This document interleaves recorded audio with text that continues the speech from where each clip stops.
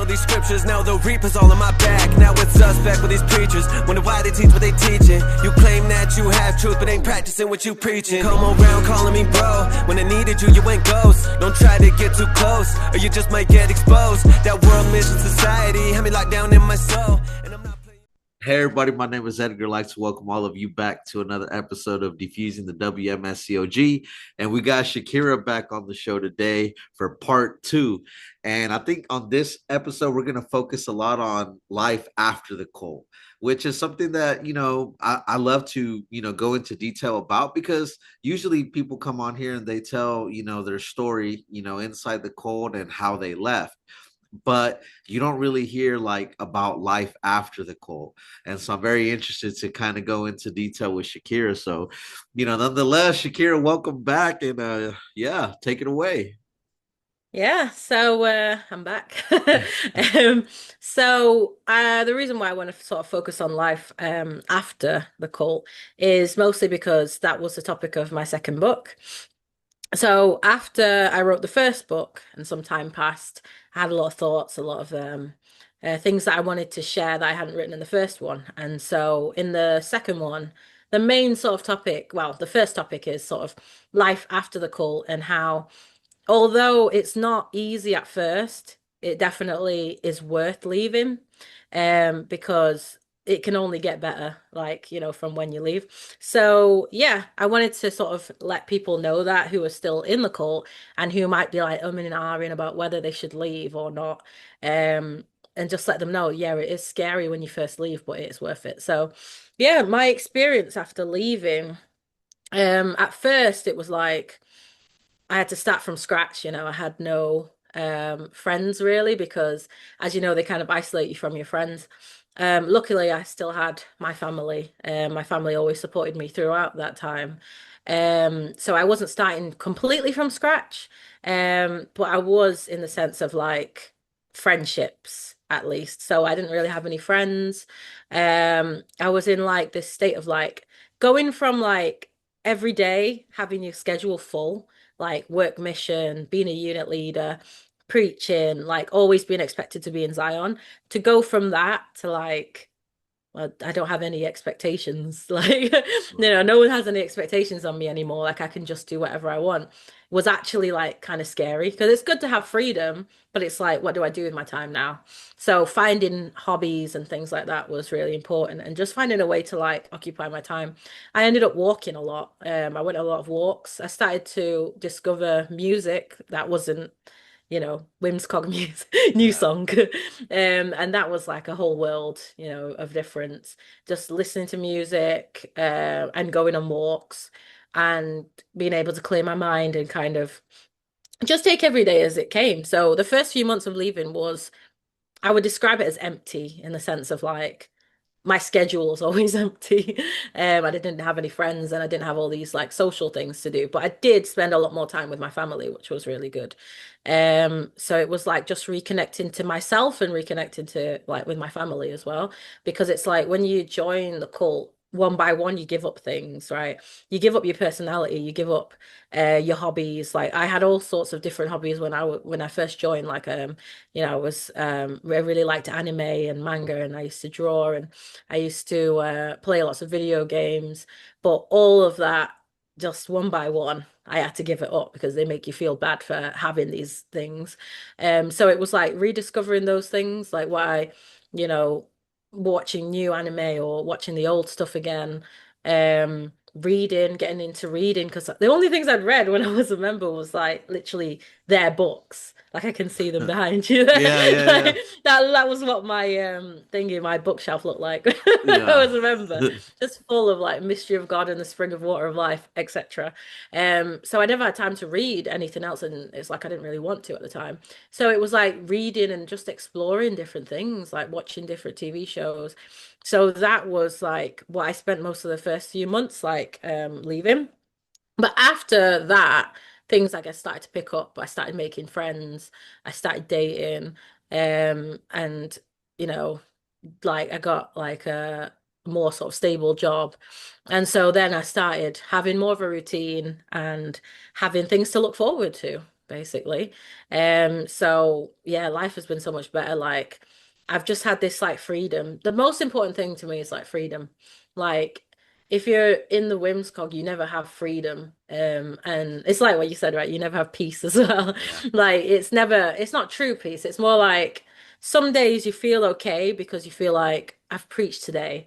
I prayed at prayer time. I'm okay. You're above water, you're not Yeah. underneath. But then other days it's like, I've not done anything today. I'm lazy. I'm worthless. I'm this and that. So you're always going up and down, up and down. But after leaving, I found, you have your good days and you have your bad days, of course, but it's a lot more stable. And like, I don't feel like guilty and like I always felt guilty when I was a member. But now it's like I'm just free to like decide for myself like what's good and what's bad. And trust my instincts for once. And as well when I was a member, like it was always kind of like embarrassing being around people who weren't members, if that makes sense. Like in work, like say for example, my colleagues invited me out to go to the pub to, drink after work. Sometimes I would go with them. I wouldn't drink because, we weren't allowed to drink in Zion. Which, it's not a bad thing to not be able to Yeah. drink, but it's the fact that it was like a hard rule, like, and you get kind of shamed for it. So I didn't drink or anything like that, but I'd go with them and spend time with them and talk to them. I felt like an alien because we didn't have anything in common. Like they had their lives, like, outside of work, but my life outside of work was Zion, Zion, Zion, father and mother, father and mother. So I felt like I was lying by like trying to be like a normal person, and I Yeah. felt like a bit of an alien because I couldn't really relate to people. So I'm glad now that yes, I've had this unique experience of being a cult member, but at least I can laugh about it with people and Yeah. like I can relate with people now and be a normal human instead of some weird alien who has this like secret, life. Like it was always like living a double life and it was very tiring. And it makes you not want to be friends with people because you think if they knew like the real me, I guess, that I'm in this church, which people call a cult, then they would just think I'm weird and they'd make fun of me and they'd persecute me, Yeah. Yeah. as the church puts it. So yeah, there's just a lot of things like it's a weight off your shoulders, basically. So um it's just been great being able to just live Yeah. without thinking, oh, I need to be in Zion today, I need to whatever, just living life. It's fascinating to hear you say like, how it was adapting when you first left because I remember like going through a lot of those similar, experiences and having those thoughts in my head and even, I remember one of the things that was really like crazy was was when I first left and I started trying to contact old friends or being around family that I hadn't necessarily associated with since I was in the cult like a lot. Obviously I did talk to my parents were part of the cult, my brother, my sister, but even me and my brother and my sister, we were very like distant, because they weren't involved with the church at all. My parents were somewhat involved, not really, but like, my brother, my sister, my cousins, aunts, uncles, it was like they had nothing to do with the church. So even being around them, like it was weird because even being around people my own age, whether it be cousins or whatever, they'd be talking about the new movies, the new music that would come out, and I could not relate to any of it because they'd be like, Did you watch that new show?" And I'd be like, no, no, I didn't catch it." But how do you explain to someone that for a decade of your life, you weren't allowed to see these type of things or you felt guilty to watch or listen to any of these things, even read another book that's not written by general pastor you felt Mm. guilty to do. And so a lot of the times like you're so left out of the loop, and I think it's fascinating like talking to so many ex-members. Like one of the things that I've been hearing a lot lately is like when members leave after 3 years, 5 years, 10 years, 15 years, one of the things that they experience is it's almost like the time that they spent in the WMSCOG, once you leave, it's like if it didn't exist. Like it Yeah. exists in a way that you remember it and you're trying to forget about it, but it's like let's say you join at 18, 20 years old, when you come out in your 30s or close to your 30s or late 30s or whatever, it's like you still feel the age that you did when you entered it. And it's very weird, I feel that way in a sense too, and I've been out for 5 years now, but it's like you're trying to recuperate that life that you had, that you missed out on when you were in the cult. Did you experience something like that? 100%. Yeah, you took the words out of my mouth, to be fair. Yeah, exactly. Like it is like I felt like I was in a coma. Like that's the Yeah. best way I can like describe it because it was literally like I went in right at Uh, 14 and then I come out at 28 and it's like I still feel 14 like yeah. because it's like you're in a dream. Like did that really happen? Like because it's like you're being hypnotized, right? Because you're being brainwashed. So you're like in a trance. So when you come out of that hypnosis, it's like, oh, back to reality. And it Yeah. feels like it's weird. It's like hazy. Yeah. It does almost feel like it never happened, you know. It And is very strange. and it's crazy you bring that up because like you said, it's like waking up from a coma, and you're like, no, it's not real. But then when you look around you, your family's older, your friends are all grown up, everybody's gotten their life together, and then we're just there Yeah, existing, waking up, exactly. and so far behind on life. Mm, And a lot of life has just passed us by. And how do you explain to someone, mm, how do you talk to a stranger, about these things, and that's why I think like having this community of ex members is so helpful as well, because it's hard to relate to someone that didn't walk a mile in your shoes, you know what I mean? And very true. it's just pretty, it's really surreal, you know what I mean? So it's really happy. I get happy when I, talk to people like you, other ex members, and I see you guys doing like great now, and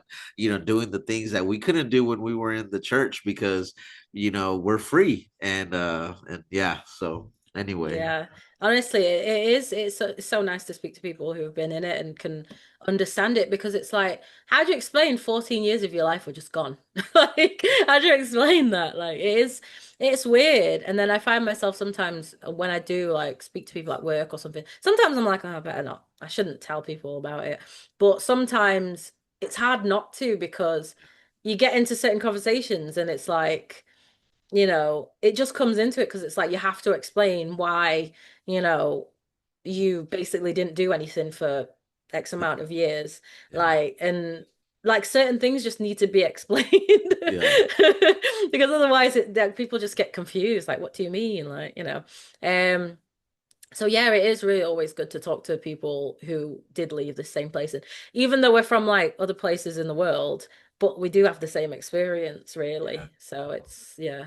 It's like It's filling out a job application. It's like, well, what did you do from here to here? I was a group leader. Yeah. Well, Like I what? I was following Korean Jesus for you Yeah, and then you know. sound crazy, and it's like, oh, they're Yeah. gonna think I'm crazy, and they're gonna give me the job. It's The, horrid. one thing that I will say though is like I'm a lot like you, that I share my experiences now that I was in a like it's funny, when I first left, it was very hard for me to talk to anyone that was not Mm, like in my immediate family or someone I really really trusted, and I was very careful with what I said and what I mentioned and what I didn't mention, because you're mm, almost like, can I, will they be able to relate to me? Will they understand? How will they perceive me? And it was very difficult. But I think as you begin to heal and the healing process like takes its course, like now, man, I could literally be at work, talking to a new employee or on the street playing basketball with someone. I don't know them, and hey, I was in a cult, and Yeah, like, because you get to the point to where you're so comfortable with it, and it's a great conversation starter, it is. It like, could you is. imagine like you run out of topics to bring up to someone, and like, by the way, I was in a doomsday cult for over a decade, you know what I mean? Like, Yeah. Oh, it's so true. It's like there's one part of me that's like, oh, if I tell people I was in a cult, they'll think I'm likely to like join another cult, like I'm gullible, Yeah. or they'll think I'm crazy or whatever. So there's that part of me, but then there's also the part of like, actually, it's really funny though, like Yeah. just to be like, you know what, I was in a cult, so it's cool. Yeah. Yeah. And like, one of the things is like, one thing that bothers me is when like people say, "Oh man, like you're that's kind of dumb to join a cult." Like Yeah, yeah. only gullible people, like you said, will join a cult, and it's like that couldn't be further from the Yeah. truth. There's so many people that join cults, not just World Mission Society, and people think cults can Mm, only exist in religion. There's not mm, only religious cults out there, you know what I mean? Like there's a reason why that word cult following exists as well. You know what I mm, mean? So there's many different, cult, many things that can be considered a cult. And so I don't really necessarily think that it's you know, a reason to tell someone like, oh, only dumb people or vulnerable people. Like, no, I think that these people that bring people into cults, they take advantage of the youth. They take advantage of people's certain situations in life. Sometimes we're vulnerable, sometimes we're going through things, you know what I mean, and they take advantage of that. But a exactly. lot of these people that are in these cults, they are not dumb by Mm, any means. I mean, there's people from the United Nations, scientists, like there's in all different types of cults, even like some of the most prominent movie stars in the world. Like you look at Tom Cruise, he was mm. in the Church of Scientology, and it's like it's pretty crazy when you really think about it. Exactly. It has nothing to do with intelligence. It's all to do with like just getting the person at the right time, Yeah, basically. I mean, for me, like in my case, I was literally a child. yeah, Like, you can easily trick a child, you know. yeah, And then for other people, like you say, like it could be that they're in like emotionally just in a vulnerable state or just in life, like in a transition stage, like, when people are going to university, that's why they like to get university students, for example, or someone's just lost their job, like it could be anything, yeah. someone's going through like a divorce, or they just happen to get the right time in and just catch people off guard, basically. And the love bombing and everything, it's all psychology, so Yeah. The perfect it's nothing to storm. do with it. Exactly, just wrong place, wrong time. Yeah, yeah, for sure. Basically. So, Yeah. Shakira, let me ask you something. You had mentioned, off camera, like there was a retaliation for Yes. you, writing your books, and I kind of want to, dive into a little bit of that. What was that? What was that all about? So that was it was odd. So as I think I've mentioned last time, when I joined the WMSCOG, I joined it with a friend. So we were in the same class in school. We both grew to be unit leaders, and we were both very, zealous for the gospel. Obviously, when I left, she actually stayed. And we promised to kind of stay in touch and still be friends and things, but deep down, I thought, you're a unit leader, you're a gospel worker. At the end of the day, I've left and I'm not coming back, and when you realize I'm not coming back, that's it, our friendship's over. I kind of knew that. That's how it is, because you just don't have time to have friends anyway when you're in Zion. So if that friend doesn't have the potential to come to Zion, then you're gonna eventually just cut them off. So I kind of knew that, and I was like, unless she leaves, I don't think we're gonna be friends again. But we did stay in touch, and we were going to like hang out. This is back in 2024, so when I first left. But it never happened. It was always kind of like either one of us couldn't make it. However, book comes out. My first book comes out. I do an interview on YouTube with like a local YouTube channel for the area that the WMSCOG is in my city. And I basically warn people about it, and I tell them about the book as well. Uh, I believe it was a week later, like after this video came out, she's texting me and asking to meet up. So I'm like, okay. We've been wanting to hang out for a few months. So yeah, we meet up, and she's very insistent as well. I want to point out. So at the time, I just got a new job and I didn't have any money and I was waiting for payday. So I said, well, could we meet maybe like in a few weeks, like when I get paid? And she was like, oh no, it's okay then, I'll pay. So I was like, okay, interesting. Yeah. She was very like, insistent. And I later found out that that day that we met, it was during the feast, the autumn feasts. So again, very strange because during the autumn feast, we're busy. Why are we going to be hanging out with friends? So it felt very calculated. But all the same, I went to meet her. We had a chat. We talked about all sorts of things. We just caught up with each other. And then maybe about an hour into our chat, she got a bit more like serious. And then she said, I heard that you wrote a book.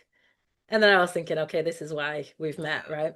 So she's like, I heard you wrote a book, and then she actually apologized, because she said, like, it seems like you went through a lot of hardship in the church, and even though we were best friends, like, you didn't feel like you could come to me and, explain and, come to me with your problems. So I said, it's okay, it's not your fault and whatnot. But then she did say, she's read a little bit of the book, which was interesting because I thought, you're not Yeah. allowed to read that slander. And what do you mean Exactly. a bit of the book, So she said she's read a bit of the book and she doesn't agree. And so she pointed out some things. I can't really remember what it was now, but she pointed out some things that she didn't agree with, that I'd written in the book. And then she kind of defended. So in the book, I mentioned there was a missionary and overseer that were quite cruel to me at times. The way that they spoke to me like really made me feel very anxious a lot of the time, and it was basically like bullying. So I'd written all these interactions that I had with these people, and she was basically defending them and saying, what they did was wrong, but they feel very sorry. Why are they not apologizing to me then? Yeah. She's like, they're very sorry and blah blah blah. So I was just kind of like, okay. And she said, like, if they had the opportunity, then they would apologize. But if they do have the opportunity, they could Yeah. apologize to me, not send her over to apologize on their behalf. So then basically she said that in essence, I should move on from the situation and I should get help, I should get counseling, which fair enough. But it felt like she was basically saying, don't speak about this anymore. Don't do any interviews, don't write any more books, like, just leave it. Because she said it's not good to dwell on it, it's good to get help for these things. And I'm just like, you know, I went away from that thinking, okay, you've been asked to speak to me. Like, I'm pretty sure like, I know how the church works. She's been asked to speak to me because why would you come and spend your time when it's during the feast? Like, when we like separated, she said, oh, I've got to go now to church because actually it's a feast, so I've got to go for the evening worship. And I'm just like, why would you not just do it next week then? So it was like this like urgent thing of like trying to get to me before I write another book or before I do anything.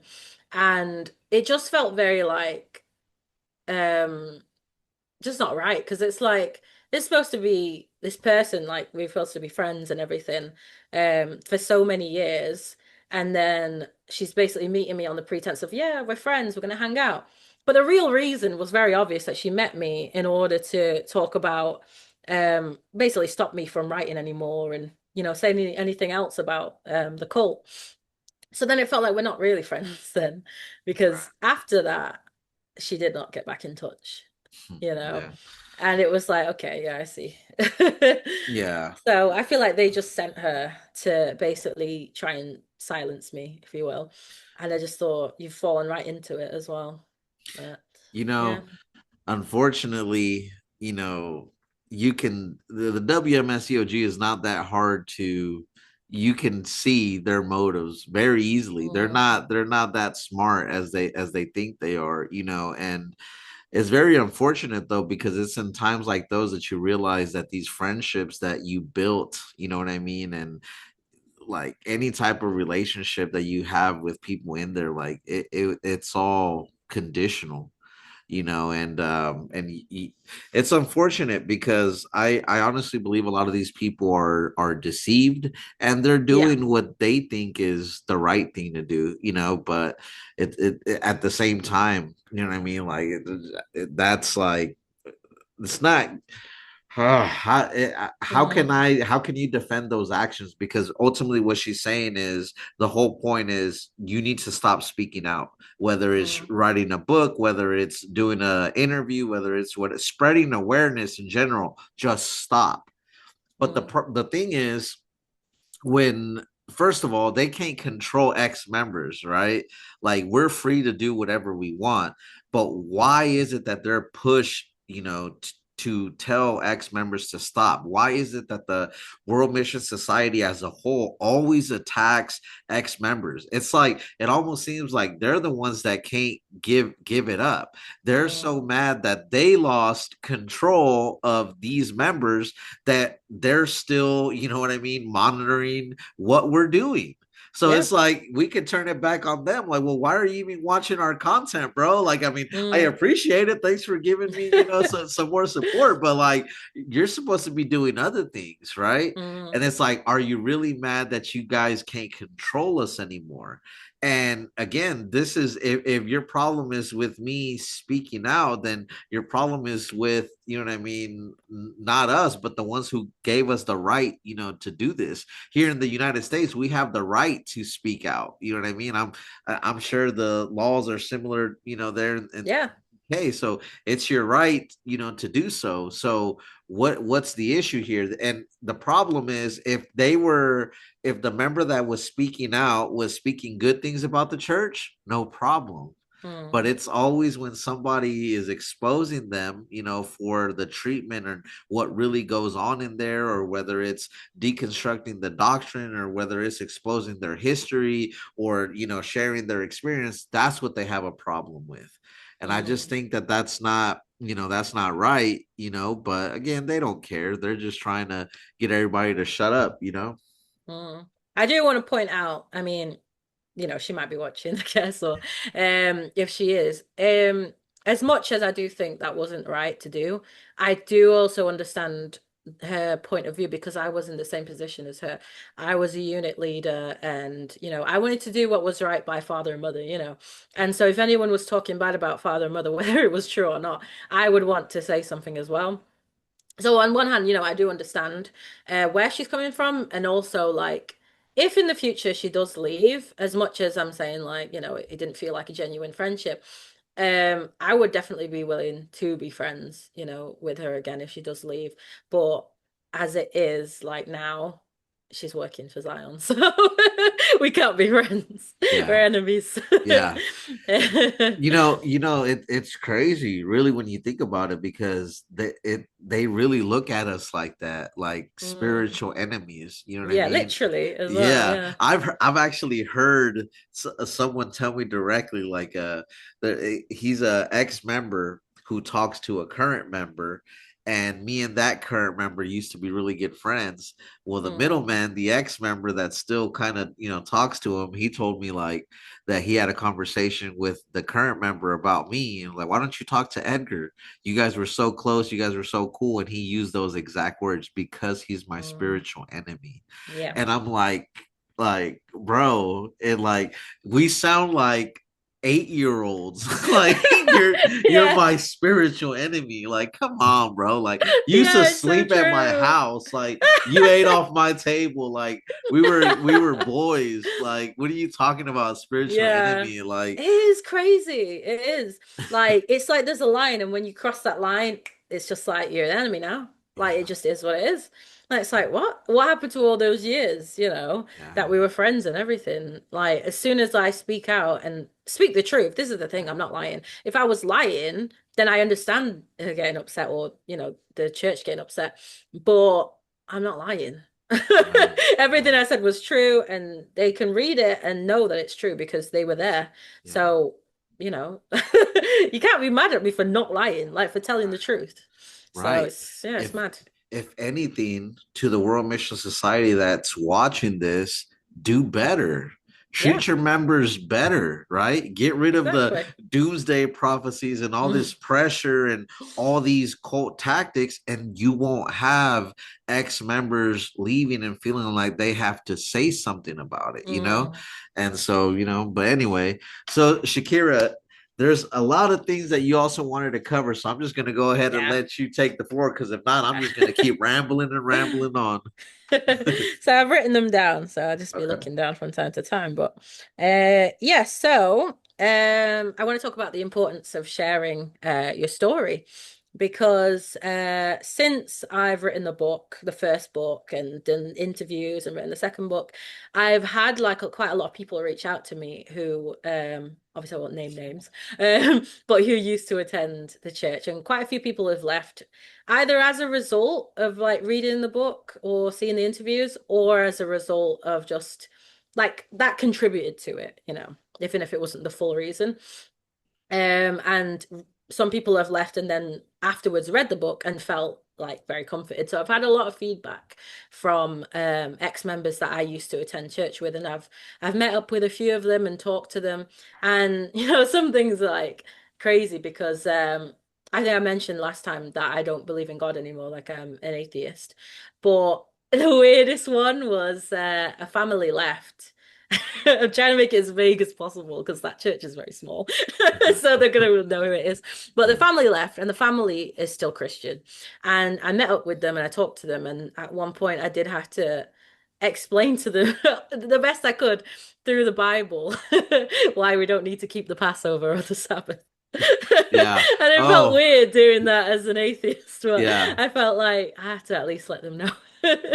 I Because could we're all in the imagine. same boat. Yeah. Yeah. Yeah. So it was weird, but like anyway, in a good way, I suppose. I was Yeah. just glad that they were out. Like I'm always just happy to see like, people leaving and people saying, I related to a lot of the things that you said or that you've written because I went through that as well, or I saw that because I know that pastor, or, whatever, whatever. So it was really good because it made me feel like this is why I wrote it. Like this is part of the reason why I wrote the book. This is why I'm still speaking out as well, is because there are people that it's helping. Like it might not be a lot of people, but every time someone comes out or texts me and says, "Oh, I've left," or "I read your book and I decided to leave," or "I saw an interview and I decided to leave," or "I decided to leave and then I read the book and then that made me realize, how good it was that I left." Like Right. it reinforced that it was a good decision to leave. Every time I see a text like that, I'm always very, very happy. In fact, it's crazy because today I got one such text Oh, wow. again. So it's just so good to see people realizing that it's a cult and saying like, I'm gonna leave. I'm not gonna take any of this abuse really anymore. And feeling comforted that there's someone out there who kind of knows what they've been through and was able to kind of put it on paper. Yeah. To be that person feels really good. So I just feel like really encouraged. And again, like I said, I am an atheist, but in a weird way, it feels like my mission from God Yeah. is like, was to write this book because it's so strange, right? In the book, it took me I think about 3 months to write it. And it literally flowed out of me. Like, this is the only way I can explain it. Like, it was not difficult to write the first book, especially. The second book was a little bit of a struggle, but the first book, as soon as I like put my fingers on the keyboard, it was over. It was just like, Yeah. it was just writing and writing and writing. And then more ideas came out and more things like more memories came out of things that had happened. I was like, oh, I need to write about this. I need to write about that. And it was just so natural that it did almost feel like the Holy Spirit in a way, Yeah. So yeah, it feels like a mission that I've been given, and I feel like I just need to just follow that way. Like if definitely more than it ever did when I was in Zion, like, trying to preach the gospel for father and mother and, all this and having to lie. And, this is so much more natural to just tell the truth. Right. You Yeah. know? It's so much easier, right? Like it's Yeah. so much easier than you don't have to, you don't have to come up with these weird ways of trying to explain how Yeah. 2 + 2 = 100. All Like the you're analogies. exactly, you're just telling the truth. And Yeah. to your point, like it, I'm impressed because even being an atheist and still being able to like show them like you said in the case of that family, like As best as I could. yeah, yeah, but even the fact that you're willing to do that, it speaks volumes to who you are, as a person, and I commend you for that. And Thank you. also, saying you feel this, this mission, you know what I mean, like that you're on this mission to speak truth to people, and I think that is very important. We need more people, you know what I mean, to bring awareness to this group because this group is unfortunately ruining a lot of people's lives, separating them, from their families, being put in arranged marriages. There's a lot of mental abuse, spiritual abuse, and even physical abuse. And Mm. there's just so many things. And I wish I didn't have to say those things. Because I've said this before. I wish the World Mission Society would like completely just change their ways and like just be normal. And then I wouldn't, need to be speaking out.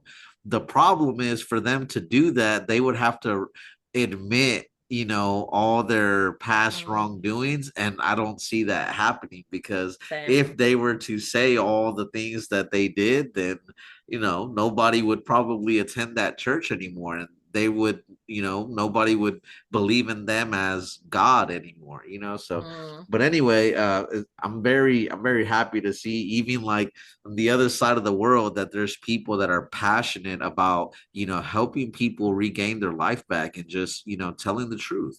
So I commend you for that.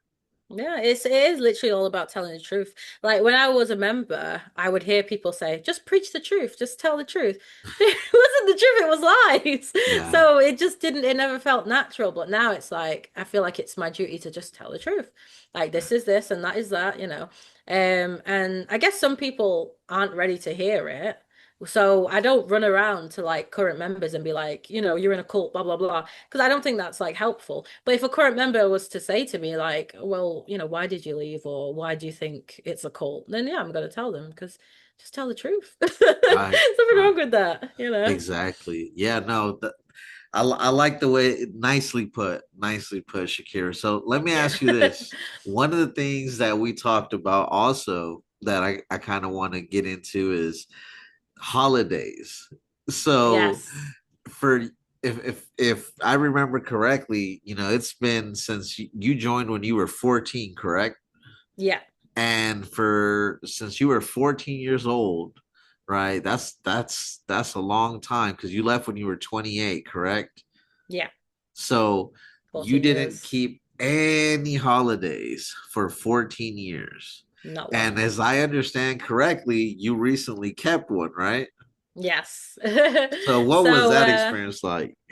yeah, so as of well, now I've had two holidays actually. Okay. Um, but yeah, so obviously you know what it's like being in the WMSCOG. Like you feel guilty to have time for yourself. So all your holiday days at work are taken for the feast anyway. And I couldn't say like to my group leader, "Oh, next week I'm just gonna go to Spain for a week." I would never Yeah, say not that. happening. Like, sister, like, are you okay? Like, I would get in so much trouble. Like, I already knew that, so I wouldn't ask because first of all, it's like, how are you going to keep the Sabbath? Okay, there's Zion in Spain, but then you've got to go through the trouble of asking the pastor to contact the church in Spain, well, contact the head office, and then get the address of the church and all this nonsense. So it's like, it's just a way to kind of make it more difficult for you. And then, they look down on people who take holidays. There was the first pastor that we had during the sermon one time, he did say something about like, those who take holidays are slipping away. Because there were members who went on holiday and that stuck in my head for like however many years. So I never took a holiday, not once, right? Especially over the weekend. And my dad, so my dad's mum, my grandma is Irish. So my dad really wanted to go to Ireland because she passed away and her ashes have been scattered in Ireland where she used to live. And he really wanted me to take a trip out there for years and years and years, he was saying, because she passed away in 2013. And for years he was saying like, we need to go to Ireland. We need to go and see the family over there. We need to, go and see where the ashes are scattered, see where she grew up, all that kind of thing. And I was like, it's not that I wasn't interested, but it was like, how am I going to do that? How am I going to go to another country like, and take a plane? And when I have to be thinking about the Sabbath day, because if we're going to go and visit family, it's better to go on a Saturday, over the weekend, when family's off work, right? They're not going to go in the middle of the week.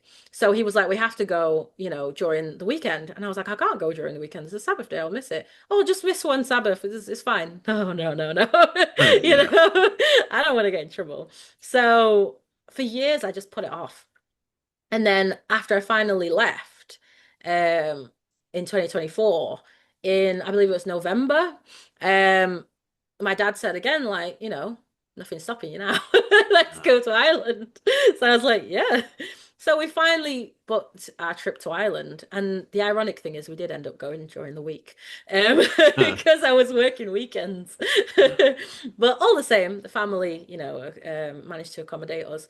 And it was a great experience, seeing where my grandma grew up, meeting the family for the first. I've never actually met that side of my family because I'd never gone to Ireland. And even I think they did come to visit one time. Guess where I was? yeah. I was in Zion. So I never actually met them. So I met them and they were lovely. And we spent a really good time together. And I went to visit my grandma's grave as well. And that was a really special thing for me because honestly, like the time that I mean, I wrote about this in my second book as well, but the time that she died, I was fully in because it was just after 2012. So there was a whole thing about the world ending, and then it didn't end. And then she dies, and my brain is just Zion, like it's just in Zion. So, I attended a funeral and everything, but it was like my mind wasn't there. My mind was in Zion. And it was in like, how can I preach to my family? How can I preach to this one and that one? How can I, the world's gonna end soon and da da da.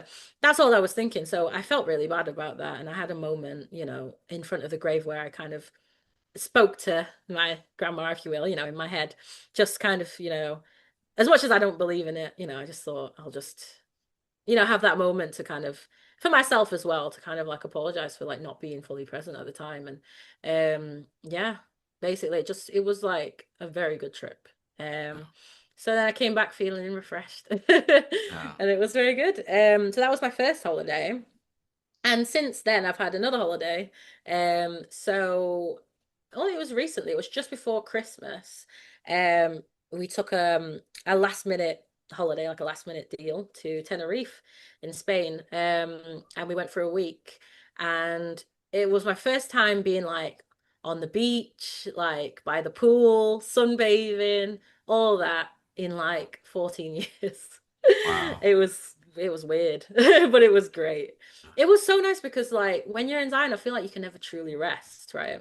Because you've got the weight of the world on your shoulders, basically. You've got the weight of everyone's salvation and your own salvation on your shoulders. And it's like you're always thinking like, um, how can I preach to this one and how can I save that one? And oh, we've got a meeting and I've got to be in Zion and I've got to clean Zion and I've got to come early for this meeting and you know, oh, the overseer's mad at me again. Something like that. There's always some stress and you can never rest. Like, even when you're in bed, like sleeping, you're thinking about Zion and, oh, I need to wake up early for the morning meeting and how can I preach to my colleagues and blah, blah, blah. And how can I overcome this and overcome that? It's just this whole drama all the time. But, for a whole week, I just like chilled and I ate loads of food. And I swam in the pool. I can't really swim. So I just waded about in the pool. And I got a tan as well. I was just sunbathing every day, all day. It was great. And it was like, I think everyone should do that like once a year or what, it depends on like, people. If people can do it, I think that they should Yeah. just take time out anyway. It doesn't matter about going on holiday or, uh, you know, going to another country. But the most important thing is just like just to take time out for yourself. Yeah. Even if it's like one day a week or whatever. Like just have time to yourself and just chill. And like as a WMSCOG member, you were never allowed that. Even Sundays, like for us, we had a preaching meeting on Sundays in the afternoon. And then after the preaching meeting, we were expected to do our laundry and whatever else we've got to do. But by the time you get home, it's already the evening anyway. And then sometimes, we would have like different events and stuff. So it's like you just never had time to just relax. And so I didn't realize it at the time, but I really missed that. So when I was able to, it was just great.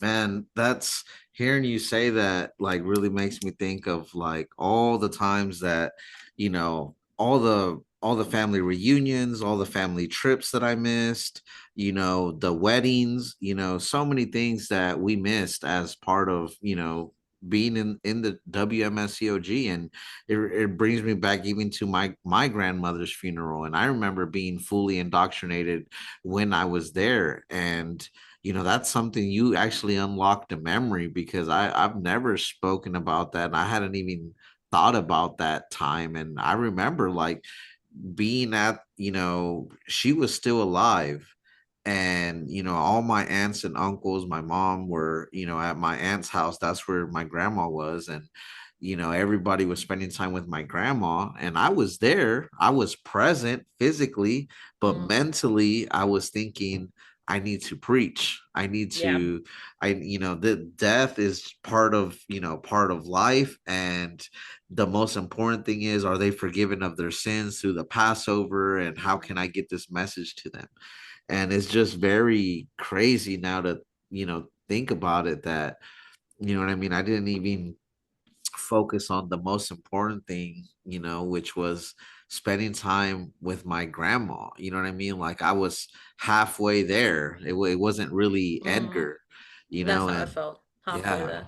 And it's just it's crazy. But on the flip side to that, hearing you say, how you enjoyed, what I mean, getting out and the holidays. And I think that I agree with you 100%. It's very much needed, especially for ex-members, like, Mm, and sometimes as ex-members, one of the things that I hear a lot is like when you first leave, you're like, I have so much time on my hand. mm, And when you have all this time on your hands, sometimes you're overthinking, and you're like, oh, Zion, like, what if this yeah. breaks out? What if that breaks out? So I think that it's good to do like what you said, take these holidays, take these vacations, these trips, or even occupy your time with what you mentioned in the beginning, taking walks, doing things that you enjoy, read a book, like there's so many things that you can do. And it's really like it's freeing to experience those things. I Mm, like yourself, like I did a lot of walking, especially when I first left the cold, yeah. and it felt great. Now obviously I live in a place where there's not that much scenery, but if there was, like, oh, like one thing is crazy, like after I left the cult, for some reason, when I went in the cult, I was 18 years old, and I was all about the city. I was all about like fast moving entertainment, all of that. Mm, And once I left, in my 30s, like now that I'm out, like I'm all about nature and like, scenery and like all of that stuff. And I don't know if that has any, maybe it has something to do with maturing, or maybe it's just like appreciation to, nature. I don't know what it is, but like or maybe it's just the peace that mm. nature offers that I didn't get any of from the WMSCOG. I think that Um, has a big part to do with it, to be yeah. fair, because there's no peace. Like I do remember going, like sometimes we'd have like special fun days, in Zion, where I guess you call it like fellowship days or something, where we would go and we'd go to the park and we'd have a picnic, and it'd be like, the kitchen staff has made us some like packed lunch, and we'd go for a little walk.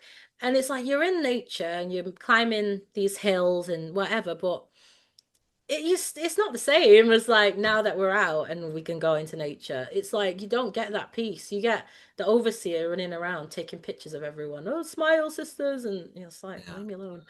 Yeah, it's Like, it's you like know, it's like like taking faking happiness. prisoners. Yeah, it's like taking Yeah. prisoners out of their cell, you know what I Mm, mean? And like, here, we're gonna come here and here's get information. Let's take Yeah. pictures. We're gonna My do these God. specific activities, and then okay, don't have too much fun. Mm, Bring it back into the cell, yeah, and it's like, yeah, it's not real freedom, and exactly. so It's totally different. yeah, so that's a Like, good point.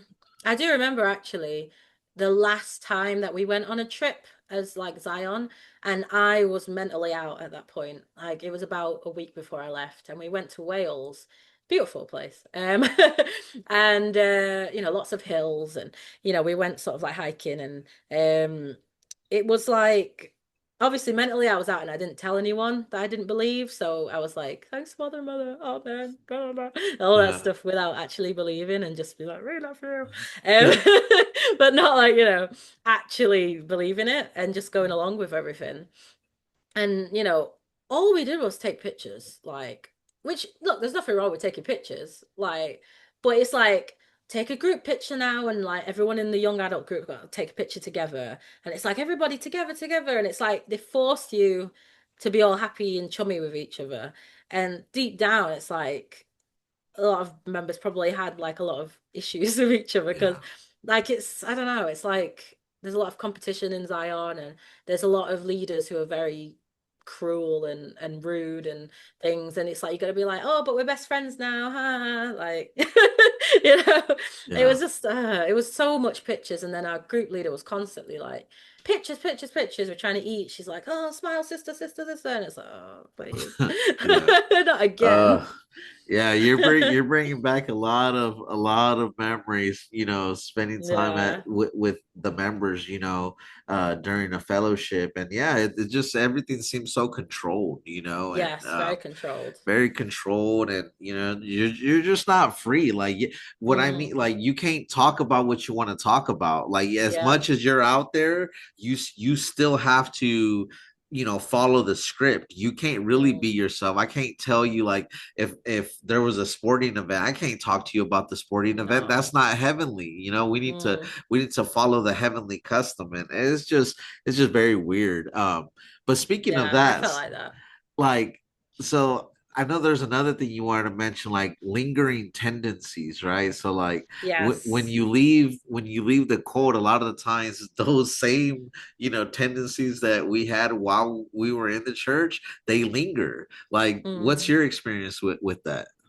So there was the obvious ones at first, like we had to pray for every meal, every snack, every drink, literally anything, right? Yeah. Probably medicine or anything that we were going to put in our mouths, we had to pray, right? So at first, I would have that habit of like going to pray and then being like, oh, what am I doing? Yeah. So that was one thing.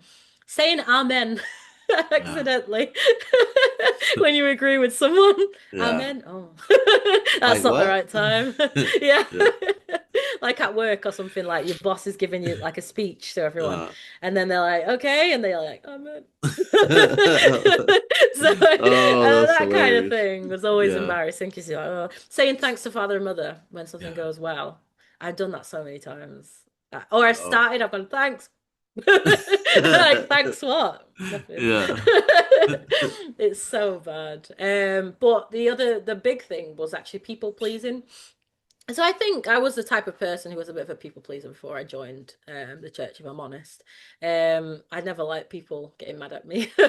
So I always try to like appease people, tell them what they want to hear and stuff like that.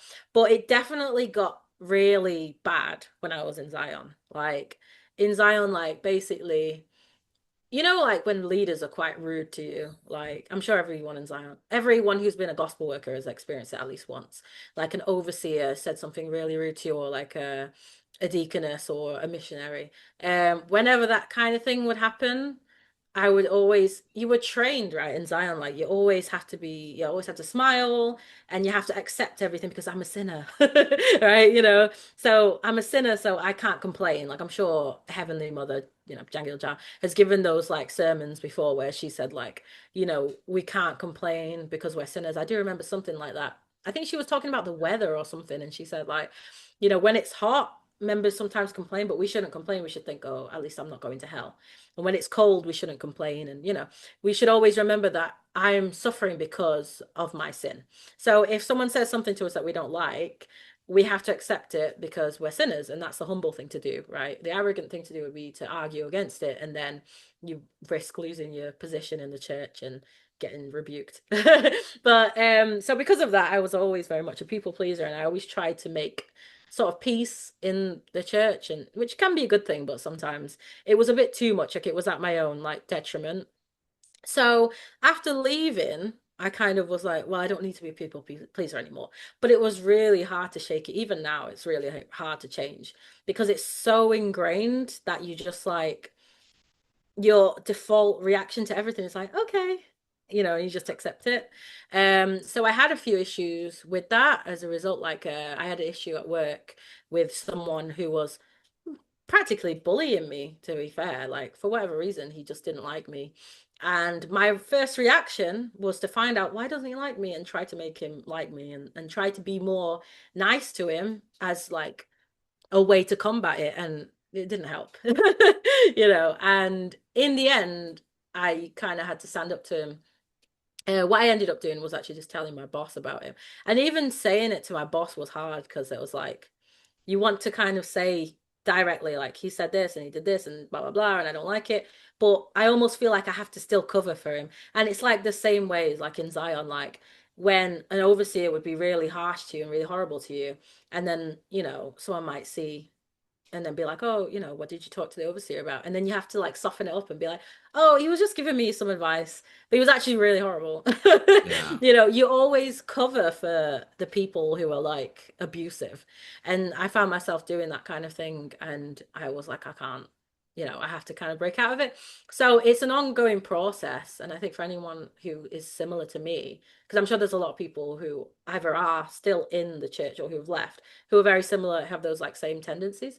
It was very like hard. It's a very hard thing to shake, and it's a thing that takes time, but I'm still fighting Yeah. it, because you have to stand up for yourself, because, sometimes uh people just take the mick. And I think like in when you're in Zion, you tend to think, especially members, you tend to think the best of them, like, oh, this person, you try and cover their faults, right? So you say like, oh, this missionary, she's having a hard day, that's why she shouted at me or whatever. Or this overseer, he's got a lot on his plate, so that's why he spoke really rudely to me. And you just forgive all the time. But sometimes you do have to stand up for yourself and say, oh, I don't like the way you spoke to me there and whatever. But it's easier said than done, I think. Yeah. So like I say, I'm working on it. But I think it's definitely the WMSCOG that's had that impact on me, that's made it so difficult and really ingrained it in my mind, because in my mind it's like it's still like I'm a sinner and like I deserve to be treated badly. Or if I get treated badly, I can't complain about it because it's because of my sin or whatever. So it's a really hard thing to get over. Yeah. And then like just assuming the best in everyone. Like it's nice to like give people the benefit of the doubt, Yeah. but when they show you again and again and again what kind of person they are, at some point it's like you have to protect your peace. So I've had that situation with well, a certain friendship that I had after leaving Zion. I had to sort of distance myself from this person because yeah, I realized like the person that they were or the way that they were treating me and things like that, I was not happy with that. And life's too short. Yeah. So I think like if you're in like a toxic friendship or a toxic relationship or a toxic church, you Yeah. need to sort of, get out of there for your own good, really. Like sometimes you have to put yourself first. So that's something that I've learned after leaving is like put yourself first and don't always give people the benefit of the doubt, especially if they show you again and again, the same sort of behavior. You don't owe anyone your friendship, and you don't owe anyone a relationship, and you don't owe anyone your attendance to their church, Yeah. whatever, or tithe. Um, Yeah. so you just kind of sometimes you just have to let them go. Yeah. So that's yeah, something I kind of learned. Or I'm Yeah. learning, really. Yeah, and that's actually that's very true, because if someone keeps showing you over and over the same things, they keep showing you who they truly are, then at some point you have to believe them, right? You Yeah. have to believe who they're showing they are. Now, of course, I'm not saying people cannot change, but even if they do change, you can still wish them the best and do your own thing. You know what I mean? Absolutely. And I think that that's you're right. You've hit the nail on the head, because in the WMSCOG, we're taught all the time to, you know, if someone treats you, talks to you a certain way, just accept it, because you deserve that and much more. Right. Mm. And they always tell us, never say no. There was even a sermon from Mm. General Pastor, never say no Yeah, I to think I remember anything, that. right? Yeah. Yeah, and it's like, how dare, like, it's always this, you have this yes man mentality. Mm. You're asked to carry that everywhere you go. So if someone just insults you and tells you, orders you to do things, or you know what I mean, just whatever, just go with it. The yes man mentality, and Mm. you don't stand up for yourself because you don't deserve it. You need to, anyway, you need to win them over to for father and mother, right? With your Mm. love and kindness. You know what I mean? Don't complain because father and mother had it worse. And then you realize, like, no, they didn't. Like, wait a Yeah. second. Of course, it's easy for her to say, you know what I mean? Like, we don't deserve anything, and we need to. Don't worry about living comfortably. Meanwhile, she's Mm. waking up in silk pajamas. You know what I mean? And like, Yeah. yeah, no, man. Like, Mm. it's crazy. Like, So but I true. think that going back to where we started, this conversation, like, I think that is why they like to go after the youth, because it's Mm. much harder to convince, people of this once they're in their, 30s, Mm. 40s, when people are actually thinking these things through. They won't be as, Like not, moldable. yeah, moldable to, Malleable, I guess is the yeah, word. because Yeah. when you're young, they definitely do take advantage of people being young, where we don't have Mm. maybe the experience, you know what I mean, or Mm. understanding of the motives behind people, you know what I mean? Exactly. And Yeah. it's just crazy. But that Uh, means, yeah. Oh, go sorry. ahead, Shakira. You No, got it's another just thought? you reminded me of a sermon, a mother's sermon, of course. Because the one thing about the WMSCOG members is that they'll always say, "Oh, the fault was this missionary or this deaconess or this person. They've got it wrong. Like, it's their fault. Like, what, if something happens and members complain about it, they always have some scapegoat, but they never blame father and mother, right? Right. But I remember Mother's sermon was teaching that kind of thing. And she told a story. The good thing about stories is that they tend to stick in your mind, right? Yeah. So she told this story about a member. I don't know if it's true because, yeah, there's that many members in Korea. She probably should make it up. Yeah. But she told the story about a member who he went to like it's like there's a big like drinking culture in Korea, right? Where you're kind of expected to go drinking with your bosses and things, right? So he went drinking with his boss, but he didn't drink, right? Because obviously he's a member. The boss apparently was trying to force him to drink alcohol, and he was like, no, no, And the boss hit him in front of everyone, like he slapped him. And he was shocked, obviously, and he was going to like file a complaint. And then he thought, but father endured so much suffering, and he was slapped and mocked and so, right? So I should just turn the other cheek, right? So he thought, like, actually, I'm not going to do that. But in the end, because this boss was apparently pretty crazy, done this to quite a few people, somebody else complained about him and he got in trouble. And then this member allegedly was the one who defended him and said, he's actually a really good boss and blah blah blah. Anyway, as a result of that, the boss was moved to tears, and he was like, "What church does this guy go to? Like, he's such a saint." And all this, way I think that's not true, but he was like, "This guy's so great," and blah blah blah. And then he started attending the church. I remember that. I You remember remember? that because didn't they show like a cartoon? Yeah, Yeah, yeah. I remember that. That They always was show a so. cartoon. So what's the moral of the story? Is Mm, like, you know what I mean. Take these blows from the abuser. mm, Fall in line with the abuser, and maybe, just maybe, if you just let them abuse you long enough, they'll attend the WMSCOG. That's a Yeah. horrible story. Like, It is because think of no. like the things it could be applied to. Like there's all Yeah. sorts of things. Like I remember that I was told another story. This was a word of mouth, so I wasn't told through the sermon. But there was a Korean sister who told me a story when I think when I was still in the house church. So when I was a teenager, but it stuck in my mind because the reason she told me was because my family obviously was against the church. And she said, well, I heard this story in Korea. There was a sister who, used to who attends the church, but her husband wasn't a member and he was against the church. And he was very angry, that she was part of the church. And one day he was at work and, she was cleaning the house. She got the house clean. The kids, like she bathed the kids and everything. And then the kids, like, made the house messy or something like that. And then they got dirty again. And when the husband came home, he saw that the house was a mess, the kids were dirty, and he was like, "What we've been doing all day?" And he was like shouting at her and everything. And then she would usually argue back, apparently, but she was trying to put the teachings of the church into practice. So she was really nice and gentle, and she just cleaned the house a bit. She apologized. She cleaned the house again. She cleaned up the kids and everything. And she apologized. And then he was so moved because she changed, right? That he joined the church.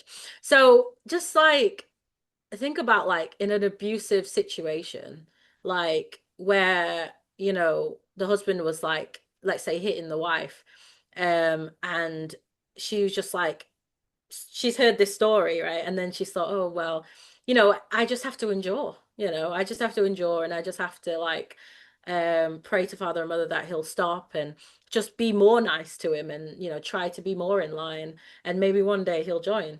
Even if he does join, he's not going to change who he is. Right. you know. Yeah, I mean, So they probably joined be like, oh, so I can beat her, and they're yeah, actually like they're okay with, oh, well, I don't mind attending a church like that. You know what I mean? Like that's exactly. wild to me. Like It's a silly, a silly story to yeah, tell. and it again, it only works when the members are so indoctrinated they Mm, can't see through it. Like it makes yeah. sense when you're fully brainwashed, but once you step out, you're like, what?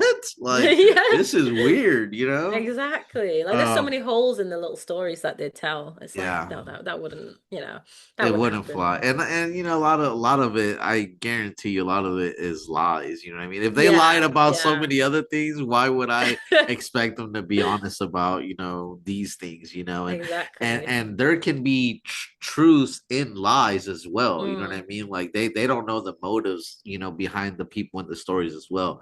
But mm. that being said, I want to jump also to you brought up things that you do not miss in the Yes. WMSCOG. Let me find the page because Okay. I did write them down. Shakira is Uh bringing all the smoke yeah. today. Um where is it? Okay, so I think you'll relate to a few of these. Okay. Um so the first thing is waking up early for the feasts. Yeah, can relate. Yeah. I mean, 5 a.m., who wants to do that? Because it's not waking up at 5 a.m., it's waking up before 5 a.m. so you can get ready, get dressed, like, wear a suit and everything, and then go to church for what, half an hour? For us, it was Yeah. like half an hour service, and then go home. If you're lucky, sometimes you have to stay. There was a time when we were expected to stay after the worship, and I was fuming inside. Because only the young adults had to stay, the female young adults, because we were making some thing for the feasts and it had to be done on that day. It was like a big, like, not a notice board. It was like this big board that they were going to stick on the wall. And that I think it was a preaching festival. So, there were like little icons that you had to move whenever there was a fruit born, something like that. So we had to stay after the early morning worship to complete it. Yeah. I was so That upset. sounds exhausting. Yeah, like stuff like that. Or like sometimes we'd have a meeting afterwards and it'd be like, I just want to go home. Yeah. So yeah, waking up early for the feast, I don't miss. Yeah. Uh, we love you.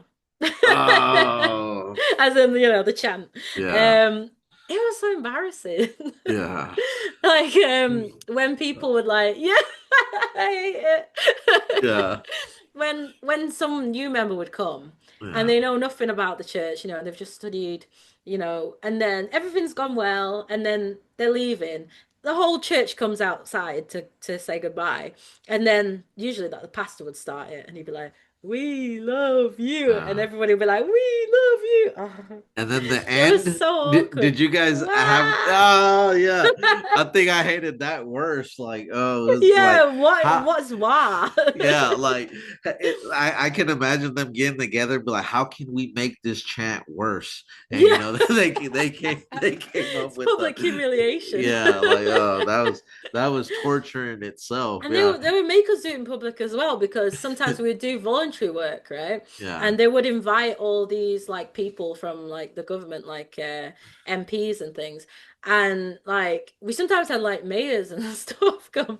It was really embarrassing. And they'd yeah, come and they'd see that we're doing this work, and they'd make a speech. Oh, it's really, really good, blah, blah, blah. And then yeah, we'd all get into formation. yeah, And then they'd be like, 1, 2, 3, we love you, to the mayor. yeah. It was You so know, embarrassing. we did that one time in a cleanup, and I just remember the mayor looking at us and like she was like doing her best to like not laugh out loud. You know what I mean? And I'm just like, oh my yeah, like this is so embarrassing, you Why? know? What is the purpose? Kind of understand doing it between members because we're kind of weird anyway. But doing it to like people on the outside who know nothing about this place, it just Yeah. screams, "We are a cult." Like you might as well just say Yeah. that. Hey, It's yeah, so let's obvious. sign a petition. Everybody watching, can we sign a petition to get the WMS to maybe change it up a little bit? Like we are a cult or Yeah, something like that, be yeah. more Might as well transparent. say it. Yeah, yeah. Straight up. That's hilarious. That's Oh, I hilarious. hated that. And showing members the introduction video. Oh, I hated that thing. Yeah. It was so boring. The Yeah. yeah, I The remember that. section with like all the churches in Korea, and it Yeah. keeps going and going, and you're like, how many? Are you Yeah. going to show every single church in Korea? Because that's crazy. And Um, one thing real quick, I want to talk about the intro video because mhm. that video sucked. And Yeah. like I'm just thinking of that So long. video, like in that video, notice how they're trying to draw people in has nothing to do with what the Bible, right? Nothing So at all. as much Nothing. as they try to harp about the Bible, why are you showing them an intro video that has where you're basically just boasting about what you supposedly do, for the How many community, churches you have how many churches you in have, Korea? you know what I mean? But Mm. you don't explain to them, that a lot of these events you wouldn't do them unless the cameras were rolling there. You know Yep. what I mean? Like Yep. you won't explain to them that a lot of these churches, and you got all this money from corruption, and from the tithe and offerings of the members, and that their members are told if you don't tithe, you're gonna die spiritually because you're not connected to Melchizedek. Like Yeah. there's just so many things. Like it's just so crazy to me for them to boast about this intro video and this people have no idea what they're actually watching. Like a lot of these awards that they put in this intro video, they don't realize that these awards are like manufactured almost. Like Yeah. anybody can get their hands on them, and Yeah. like it's just so crazy to me. Yeah, it is, honestly. Like with the Queen's Award, I know that was like a big, big thing. Yeah. But obviously that I'm from the church where the Queen's Award was given. So I do Wow. remember some things about the Queen's Award situation. They tried very hard to get that. It was not just it landed in their laps, Right. they were going for it. Like, So wait a second. Sorry to interrupt. So you're telling me yeah. the Queen didn't say, "Oh, I have to see what's the World Mission Society Church of God is doing." It No, didn't she didn't happen even like know. that. Yeah, she probably didn't even know about it. Yeah, they got people doing that for her. Wow. So, yeah, they basically, I don't have that many memories about it because I wasn't super involved. I was involved in the voluntary work, but not like the behind the scenes bit. But what I do remember is there was a period of time where we were told to basically go into a room. So it's not everyone, but gospel workers were told to go in a room, and basically we had to search up the numbers of like prominent people like MPs in the area and stuff, and call them, and then basically say give a fake name. Like I had to make a fake name for myself and say I'm looking to nominate the World Mission Society Church of God. I'm not a member myself, but I'm looking to nominate them for the Queen's Award. How would I go about doing that? Or could we get your support in that? Because I think they're doing a really good job. But we weren't allowed to say that we were from the WMSCOG. We had to say that, we were just people in the area who thought that they were really cool. So they had It's you just guys lying. lying. Yeah, Yeah, making up lying. fake names and stuff. It was crazy. And lying is Um, a sin according to the Bible that they say they uphold, by the way. Yeah, exactly. But then they say spiritual lying, isn't it? Like, Yeah. they always have their own little, ways Yeah. to get around it.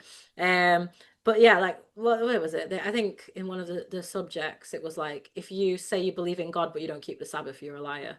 And those liars are going to hell, not people that lie about the church.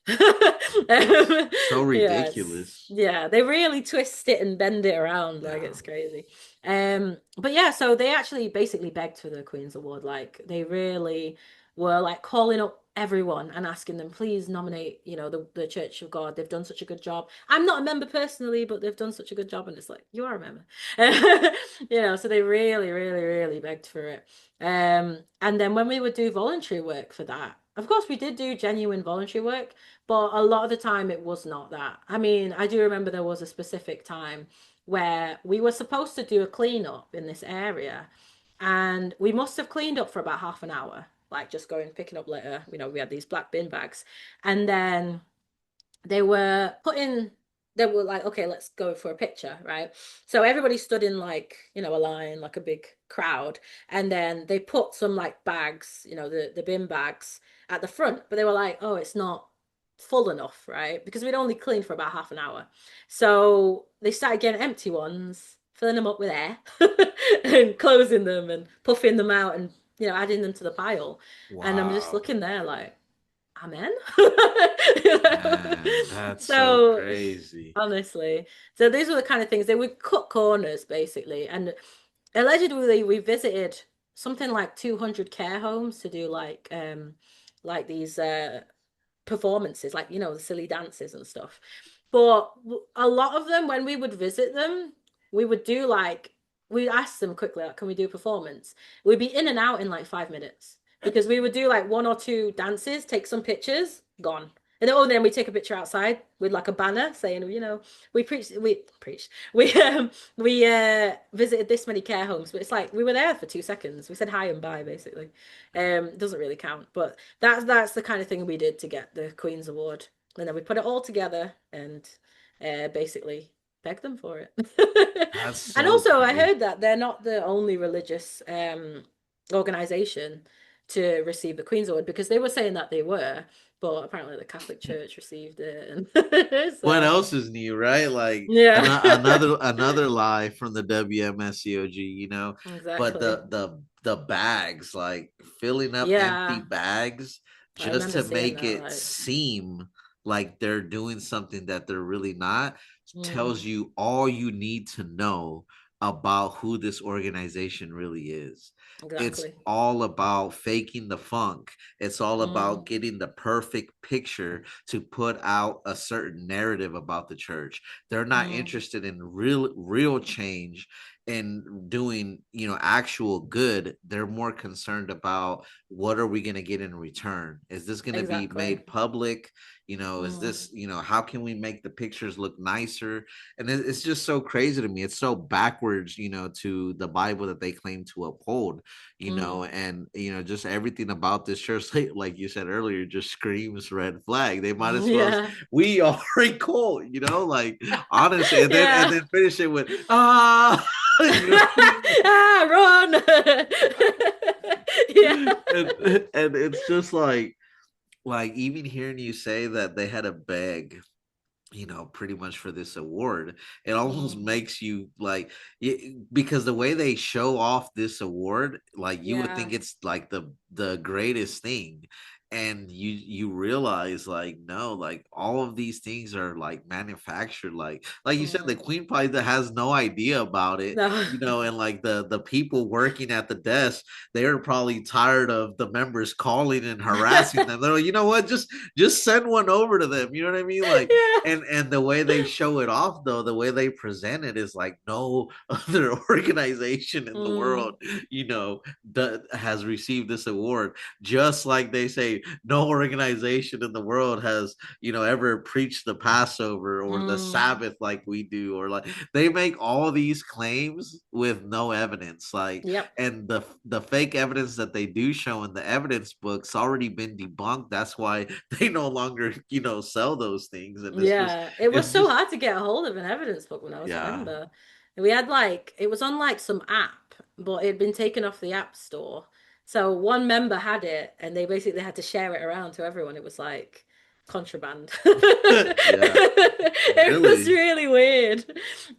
No one questioned why we didn't have the evidence book anymore. It was Yeah. yeah, it was very Yeah. strange. And you would think that that should be a huge deal, right? Like, Yeah, as a member, we were like, I remember a lot of the things that really shocked me and like got me into the church was shown to me through the evidence book. And Daniel even, Revelation. yeah, and the name itself, like, it had like, I remember they would bust it out and be like, here's the evidence book. And in my mind, I'd be like, oh, this is evidence. Like, this, Yeah. and like Just with the one word. exactly, So, like, and yeah. and now to find out like they don't even sell this anymore. Like, Mm, how many red flags do members need to see before they start questioning, like, man, is this place like, mm, what are they keeping from me? Is it really yeah. honest? You know what I mean? Like, why do they have to change everything up? If we're the ones doing bad, why are all our stories so consistent, Mm, even if it's all over the world? The ones that change up and switch up constantly is the World Mission Society. I mean, exactly. they had doomsday when it comes to anything, doomsday prophecies, like, and like members interviews, the way they got the awards, their evidence books, the new songs being changed out, swapped out, Mm, scandals in the church with leaders, they just get moved around, like mm. everything you can think of. They're the ones who like are sloppy and messy, and like everything changes. Yeah, It's exactly. They're just the weird. inconsistent ones, not us. Like, Yeah. you know. So that was another thing, the introduction video. Hated it. Too long. Yeah. Cut it down. Yeah. And the thing is, because I was a unit leader, every new member I had to show them, right? Like every member who was in my unit or any fruit, just anyone that I was in charge of, I had to show them it. So it was like deja vu, like again and again watching the same video. So it drove me mad. Like I could quote like the first, like the opening lines. I bet every member could, or ex-member rather. Yeah. I We won't forgot say them, it. and Which is and me I do then. not want to remember. Wait a I won't second. say it then. Wait a second. Oh, son. Oh Yeah, no. You it's just that. It's that. now, yes, is it that? Oh, great. Now I'm And gonna it's be that stuck with cheesy that. voice as well. Yeah. Uh, Oh, with the echo on it. so what else you got Uh, on yeah, I got quite a things? few more Okay. things. So, visiting members when they didn't answer the phone or attend worship. Okay. So, in my case, and probably your case as well, to be fair, when a member wouldn't answer the phone, which was a lot, and they didn't attend worship and they just went AWOL, we would have to visit them. And like our group leader and whatever, like if we didn't visit them, we'd get pulled up on it. I've been pulled up on it before. Like, why haven't you visited that sister? Blah blah blah. So we'd have to visit them. We'd have to get them something like a little gift, sometimes like some food, like a little cake or something, whatever they like. And we'd have to come to their house. We'd have to get their address first of all from the church because they've got it in the Book of Life, right? So you go to the Book of Life. Well, you ask the church, and they give you the address. Then you go and visit them out of your own pocket. Like, Yeah. for me, I didn't drive, so I'd have to take the bus or the tram or the train. Doesn't matter, like however far they are, I have to go and save their soul. So I had to go to them, go to their house unannounced, knock on the door. Sometimes their family members would answer and look at me like crazy. And sometimes they would answer. And again, look at me like I'm crazy. Like, why have you come to my house? Why are you bothering me? But I had to, because if I didn't, like, I'd get pulled up on it, and the overseer would be asking, "Why have you not visited sister? Oh, you're not being a proper unit leader and whatever, whatever." So, yeah, we had to basically go to people's houses and bother them. Oh, Like, if someone doesn't answer the phone, that should be like a sign enough that they've stopped attending the church. Why do I need to go and check up on them like they're dead? Like, yeah, it's their choice, it's their free will. right. So that was crazy. So next was being responsible for creating a gracious atmosphere in the church. Oh, Yeah. Deja yeah, vu. yeah, So when I became a unit leader, I was told by my group leader, now that you're a unit leader, you're responsible for basically making a good atmosphere. So when you speak to members, you need to promote the church. That's what she said. So you need to basically talk about the awards. There's only so many times you can talk about the awards. You yeah, need to talk about, if you, for example, if they come on the Sabbath for the afternoon worship, you need to talk to them about the morning worship sermon. And you need to really big up the church and fragrance of Zion, blah, blah, blah. uh, Mother said this, father said this, you like tell them everything that you've learned that week about the church. And we had to constantly do that. I do remember a time when I was mentally out. It was when I went on that trip to Wales, and we went by car, and the car that I was assigned to go in was all full of new members. And me as the unit leader, I was supposed to be the one in charge. I couldn't be bothered because obviously mentally I was out. So we're in this car and this new member's driving, and she puts on worldly music. oh, So usually, as a unit leader, what do I have to say? Like, I have to be like, "Oh, sister, can we play new song?" yeah, But this time I was like, just let play it. I'm going to yeah, sleep. yeah, Can't be bothered. So I went to sleep the whole time. yeah, Um, but I was a bit worried like that maybe when she's like parking up, they might come to the car and be like, "What's this music? Oh, not gracious, sister." And this whole thing about gracious and ungracious, it was so annoying. Like every time you try and say anything that's not father and mother, gospel, Passover, Sabbath, whatever. Oh, sister, that's not gracious. Let's not talk about that in Zion. It's like you can't police what I say. yeah, But yeah, they would, like, it was so just self-righteous and annoying. But yeah, that's how we were taught to be. yeah. And we had to like kind of when a new member would talk about ungracious things or ungracious things, when they would talk about, what we would think is Normal stuff. ungracious. Yeah. We had to like change the subject. And it was like sometimes really awkward because they're trying to talk about, I don't know, some TV show or whatever. And then you have to be like, so anyway, father and mother. Yeah, It's like it's so unnatural. yeah. So I hated doing that. You know, Uh, I want to mention something like because I had a similar incident like with where I was talking to like some members about soccer one time. They were newer mm, members, and you know, it was I was a few years in. I remember talking to them about soccer and some of the highlights because I was just trying to I wasn't trying to, I didn't have any malice, malicious thoughts behind them or anything it's like that. just I was football. just Like it's talking, yeah, not. football. And we were, Yeah. I was just trying to get to know them. You know what I mean? These people are supposed to be like my brothers. And I Yeah. remember the deacon pulling me aside and he was like, don't talk about those things. These are not gracious things. And you're talking about worldly things. Sports. And the crazy thing is, like, afterwards, like, as the years went on, like, I became him, right? And Mm, so it was hey, don't talk about these type of things in Zion. But it's mm, like, where do you get that from? You get it yeah. from, it's passed down, you Yeah, know it's what you've learned being in Zion so many years. right.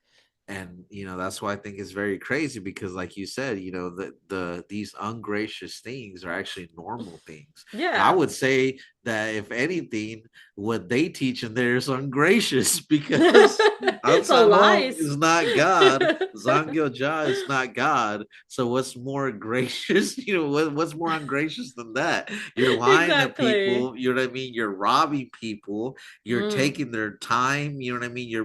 You're breaking them away from their families and I mean, I don't mean to laugh, but I'm just thinking like how much more ungracious can you get than that? It's like Yeah, it's so crazy to me. They got everything exactly, backwards in there. exactly. Criminals. So the next one was practicing the same Bible subjects over and over again. Ah, Because you know it's limited in yeah, the Church of God. They've got 50 sermons and they've got 20 Staff of Moses, right? yeah, So there's only so many times you can listen to Pass Over the Way to Eternal Life. yeah, Like, yeah. oh, the worst. And it, So yeah, just doing that. And then it's like every time I would do that subject to a member, like I was expected to practice it beforehand. Like they said something about it's spiritual food, so you have to warm it up first. So you had to practice it first, and it was just like it was too much, over yeah, and over again. You yeah. know, It's like it's how they get members to believe, I think, because you're just repeating the same things over and over again. You're just like training yourself to believe it to be true. indoctrination, right? Yeah, Like that's it's exactly. definitely indoctrination because they beat it into your mind to where it almost Mm. becomes second nature. And And then they make you do it sometimes to yourself then as exactly, well. exactly. That's when they That's really got you. it's crazy that I was just thinking that because when you're teaching it to you think you're studying to teach others, which is yes, part of it, Yeah. but also they want you to indoctrinate yourself by Mm, continuously reading the same, literature over and over and over again. You know what I mean? You begin to adopt these things as like facts, and mm, it's crazy because they definitely give you a lens through which to view the world. And I think that absolutely. once they give you that, like it's all downhill from there because you can't see anything anymore. Like even if people try Mm, to tell you, like, no, look, it's that over there, that's blue. Well, if I got these red shades on, all I can see is red. So mm, even them saying that something is blue, something is green, something is yellow, you can't take them seriously. You're like they're crazy because all I see is red, but it's because mm. they gave you those red lenses, and Yeah, until you take those off, you're just gonna see what they've trained you to see. very true. And as well, when you're trying to teach other people something, let's say, I'm sure a lot of members had this experience where you don't fully believe it, but you're in too deep, right? At the point that you're teaching people. And because you have to teach another member, you have to convince another member of this. You study it even more harder, and like you try to convince yourself of it first, and Yeah, then you convince them of it. And so it's a clever way to get you to basically brainwash yourself so they don't have to do it. It's the same with like they released this EduLMS thing. I don't know if you heard of it. I've heard of it. Yeah. Oh, okay, yeah. So when they released that, it was like, yeah, you're just gonna go home and then indoctrinate yourself, basically. So, go home Yeah. after a long day in Yeah. Zion. Now I've got to read the father's books and then, Yeah. do the whatever and then practice the sermon and then do an evaluation and it just like never ended, never ended indoctrination. Yeah. So that really annoyed me because it was too much. So listening to General Pastor's sermon every Sabbath morning worship. Ugh. I hated That's got to be the it. worst. Like, Yeah. honestly, I feel like that should be up there. Like, when they're giving people like punishment, like, jail Yeah. time, there should be like jail time, Guantanamo probation, Bay. or yeah, Guantanamo Bay, or listening to General Pastor sermons. You know what I mean? Like, Yeah. that's got to be up there with like waterboarding or something like Yeah, that, yeah. because It's like it's, it's always one of five subjects, if that, yeah, What is it? Sabbath, Passover, um, obedience to yeah, God, right? never say Because no. obedience to God is obedience to the pastors, actually. But anyway, Yeah, so obedience in general, uh, forgiveness of sins, right? You're a sinner, don't forget, yeah, and I don't know what the fifth one is, but yeah, it's always one of around five, yeah. remixed. Like, I'm sure if you go on like their website and look at the sermons, it's just like pass over the way to eternal life, pass over the way to heaven, pass over the key to salvation, and it's just like these are the same thing. Yeah, it's Like, recycled. Recycled. They yeah, just interchange a few words here and there, but yeah, it's I agree, exactly. it's the same It's a exact thing. scam. Yeah. So I hated that. He was really boring. Yeah. Um, the voiceover was really boring. Yeah.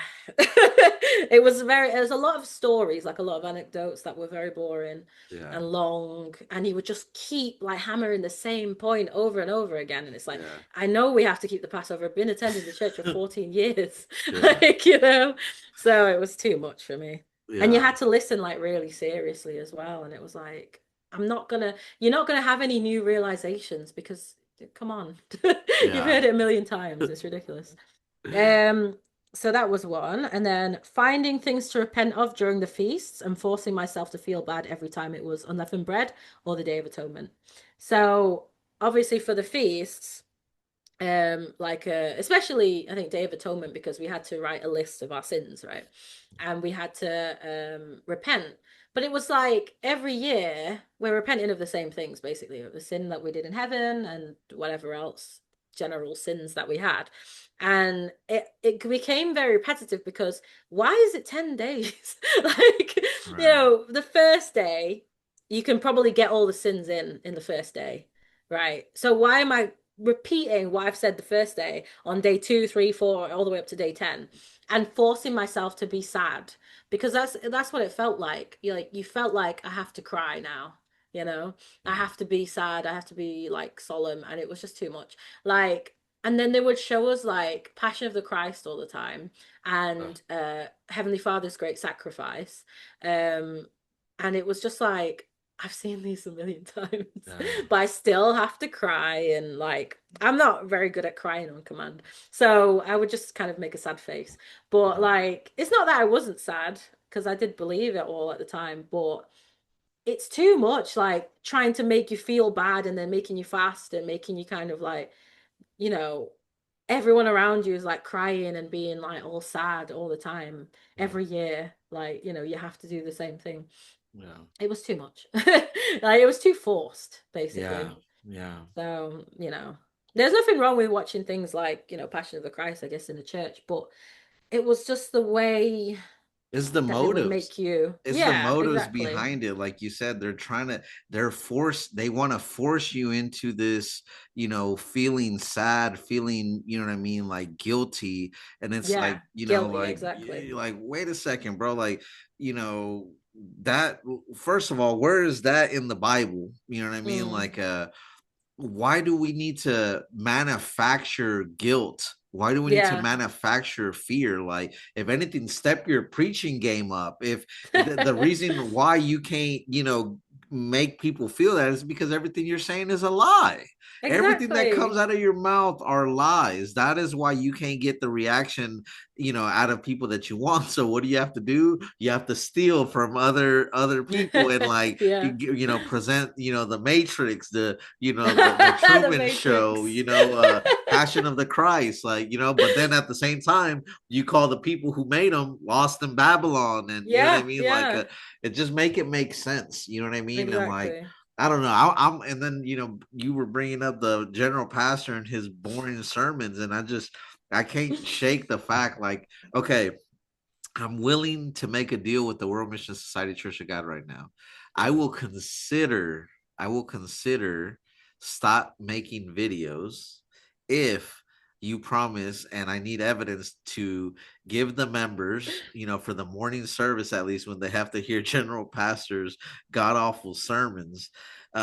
If you give the members like these glasses with the eyes painted on them, like if they're wide awake. if, That's if such a good idea. if I receive a video that they allow that in Zion, I possibly might stop making videos. That'd be hilarious though, I like, would, because yeah, I'd love to see you got to that. give the members a break. Like, honestly, like, Mm, General Pass, look, man, GP, honestly, bro, GP. don't like, maybe think about stepping into another field. Preaching is not your Yeah, thing, bro. Like, yeah. you low key suck. And with all due respect, WMSCOG members, I know you guys revere this man, but you know what I'm saying is true. Like, he Mm, needs to step his game up, and but they can't. It's not really that. mm, It's not really that they're not skilled. They're definitely skilled in manipulation and lies.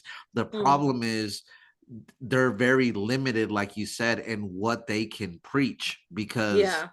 if you actually read the Bible for what it is, like, you can't jump to the conclusions that the WMS arrive at. So Of they course have not. to only stick to the script. All they Mm, have is the script, and so that's why it's boring, because it's repetitive. Like you said, I've listened to the Passover 1,500 times, 2,000, 3,000 times, but they don't have anything else, because the moment they start adding, things in that, like, even if they want to make things interesting, like, I want to follow what the Bible says about this, they have to be careful, because it might contradict one of their teachings. So it exactly. has to stay the same, and Mm. it's just very That's the problem exhausting. about lying, Yeah, When you lie, you have to stay within the lie, yeah, and then you have to be careful about what you say because it might contradict the lie. But if you tell the exactly. truth, you don't have that problem. Exactly. And you So, gotta, I and don't know if you why they do it. lie, you gotta tell another lie to Mm, justify that lie, and another lie, and you gotta keep mm, lying, right? It exactly, gets so exactly. exhausting that, like, it's just crazy. Yeah, so it's just like tell the truth, guys. Like, Yeah. and I think about General Pastor's sermon. What I would say is at least don't play it in the morning, and definitely don't play it in the afternoon, because after eating all the Yeah. food that they give you, I don't know if it was the same in your church, but they give us so much food, and it was like very carb heavy. After eating that, I could not stay awake in the afternoon service. So don't put it on for the afternoon, but maybe put it on for the evening to get Yeah. people ready to sleep. Yeah. Because Yeah. then when they There leave you the go. church, straight to bed. Yeah. Yeah. Um, so that's what my suggestion. Like, There don't put you it in the go. morning because people don't want to hear that. Don't put it in the afternoon because people will fall asleep. Put it Yeah. on Yeah. in Yeah. the And evening. let the members wear like their PJs, you know what I mean? Yeah. So they can, maybe offer a Or dim the pillow, lights. you know what I Yeah. mean? Dim the lights a little bit. You just see the whole church, go to sleep. Everyone's That'd just be asleep. crazy. That'd be crazy. What else Um, you got, Shakira? so the next one is fine. Oh no, I've done that one. Oh, that's it. Yeah. So that's it for my things that I don't miss about being a Okay. member. I'm sure there's more things, but those were sort of the little things that stood out to me. Okay. What about the importance of sharing? Why do you think Yeah. it's important to, to share, your story as an ex-member?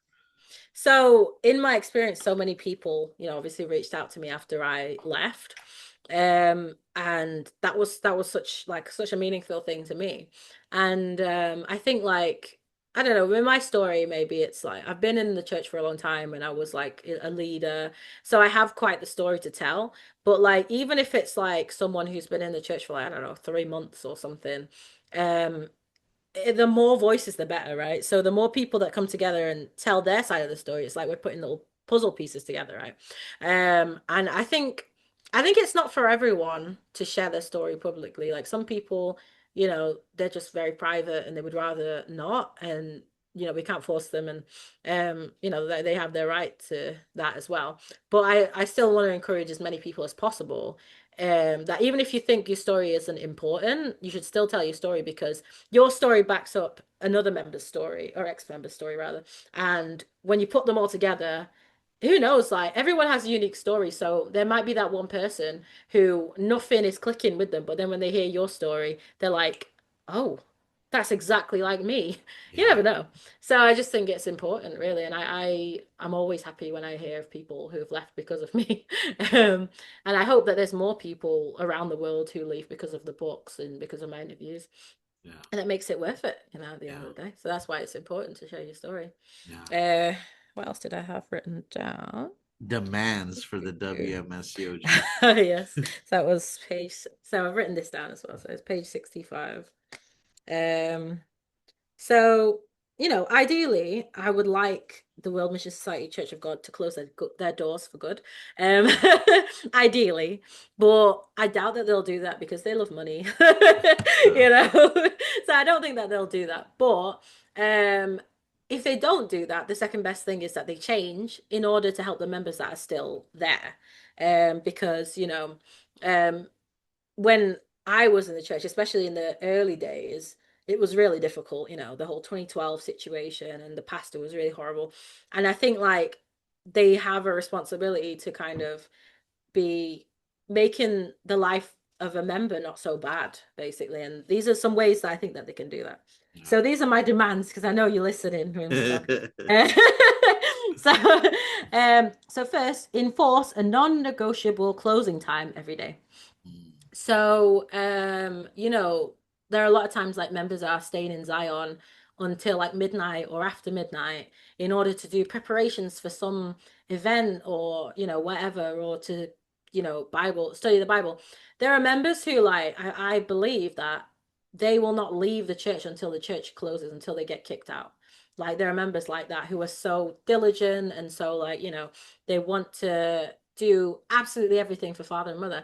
So unless you close the church and you set a closing time, they will not leave. And then, they won't sleep basically enough. And it's not right. Yeah.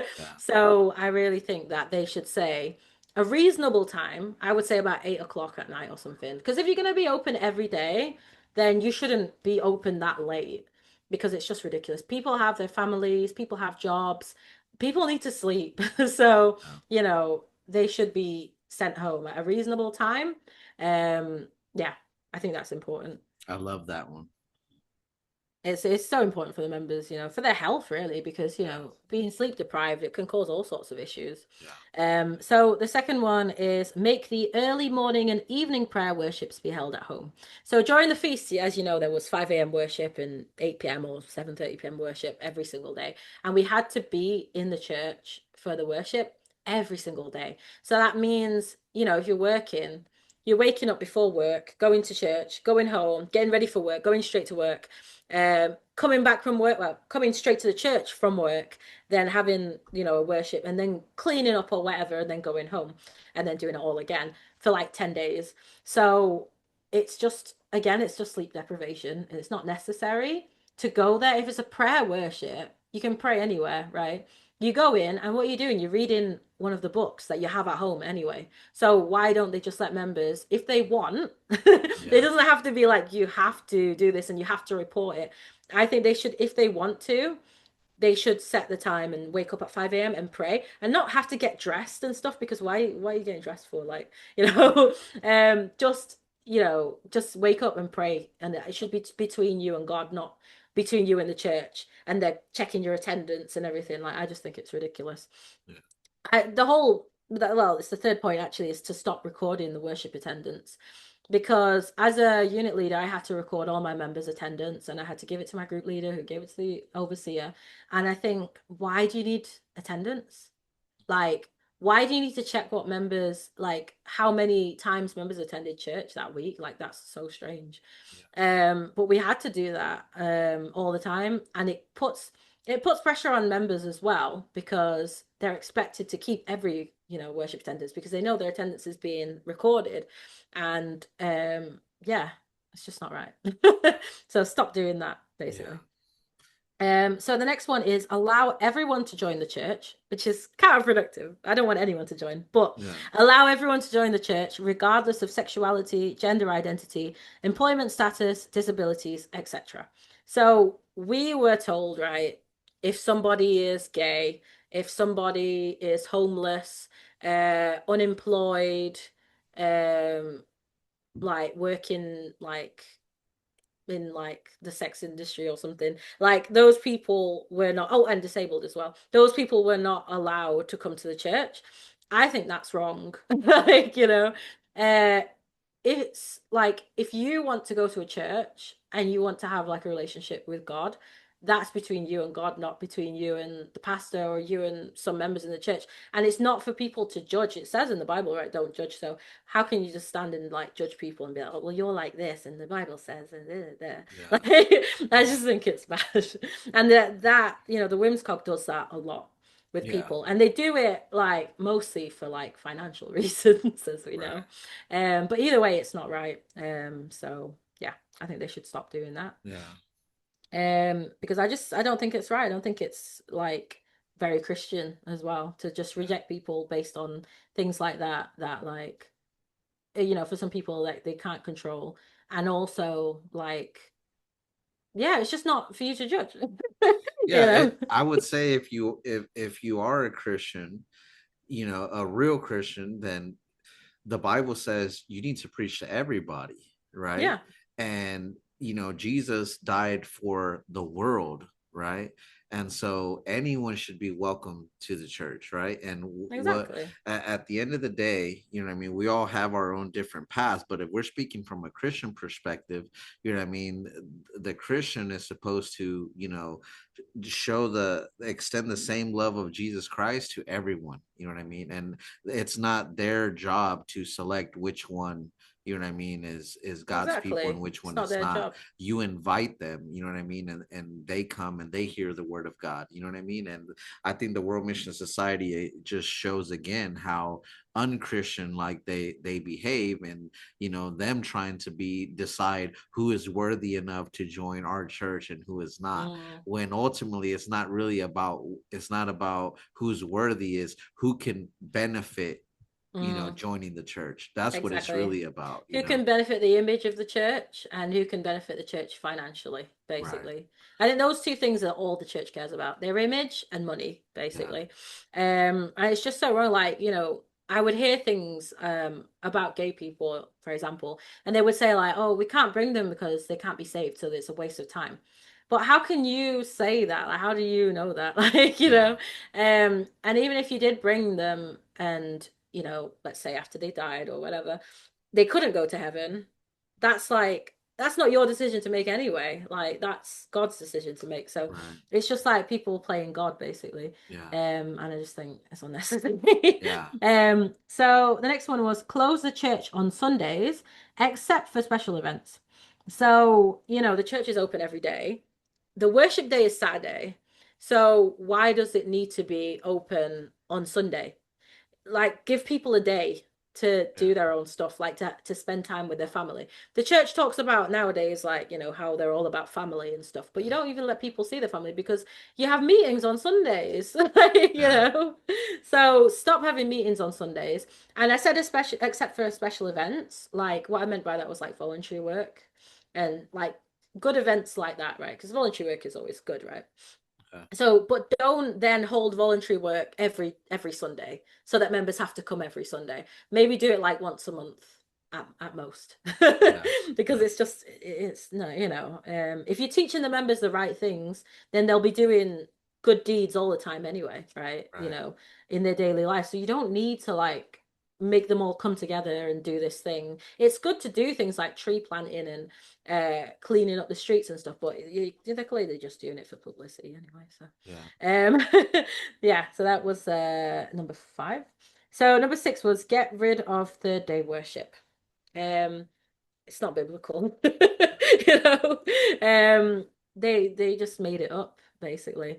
It's just another way to make members come during the week, because it's a worship, but you don't need it. And like, people are busy, they don't need to come during the week. Like, stop trying to make people come every day. yeah, Worshiping once a week is enough, like, yeah, um so, and if they do want to pray on a Tuesday evening, you can pray anytime anyway, but then they can do that themselves and you don't need to record it and you don't need to make sure. Like right. sometimes members would keep individual worship at home and then I would be asked to call them up and make sure that they kept worship at home.